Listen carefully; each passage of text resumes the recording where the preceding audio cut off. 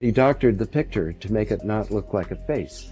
And I began to realize just directly, from a scientific point of view, not only hearsay, that this man was colluding with NASA, that there might be more to this than before. And then when I started studying things like MJ-12 and other organizations that were covering up the UFO phenomenon, Carl was on a committee with a number of notable people.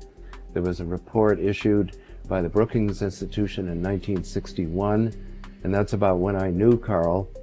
During those years, the 60s mostly, is when I worked closely with him, that he and this other group said, well, if any ETs ever showed up on the Earth, it has to be covered up. That's the only way we're going to be able to manage this, because if we can't, it would be too much of a culture shock. So their recommendation to the government in 1961 was to cover up the UFO phenomenon. And I think in a way that provided a justification for the ongoing cover-up. Way back in 61, was to keep things secret. But Bob and Brian aren't alone in their claims. We also find very accomplished scientists and mechanical engineers who are involved with NASA who basically share the same story. We'll share some links in the author comments so that you can read up on all of these responses to Cydonia and the face on Mars.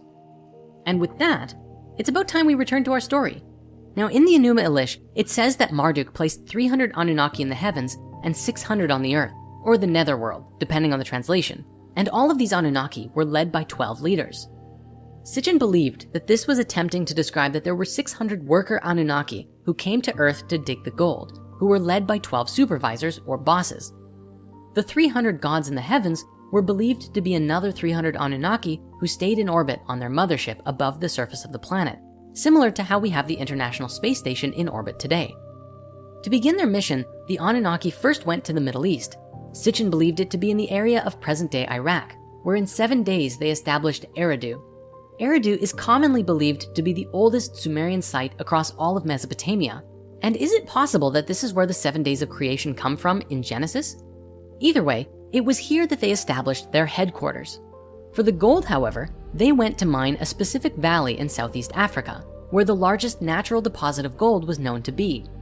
Of the 12 supervisors, Enlil was the leader of the whole operation, and Enki was second in command. The Anunnaki carved deep into the earth and dug large quantities of gold. Then, every 3,600 years when planet Nibiru came around, they would shuttle the gold to their homeworld and return to digging while Nibiru traveled its orbit again. Now, according to Sitchin and supporting theorists, they dug for a very long time, about 100,000 to 150,000 years before the rebellion took place. Somewhere between 300,000 and 200,000 years ago, the Anunnaki workers rebelled against their bosses. They did not want to keep digging in the mines. One can easily imagine them saying, "We've been digging gold for 150,000 years, and we're tired of it. We're done." The rebellion presented a problem for the supervisors, and something had to be done.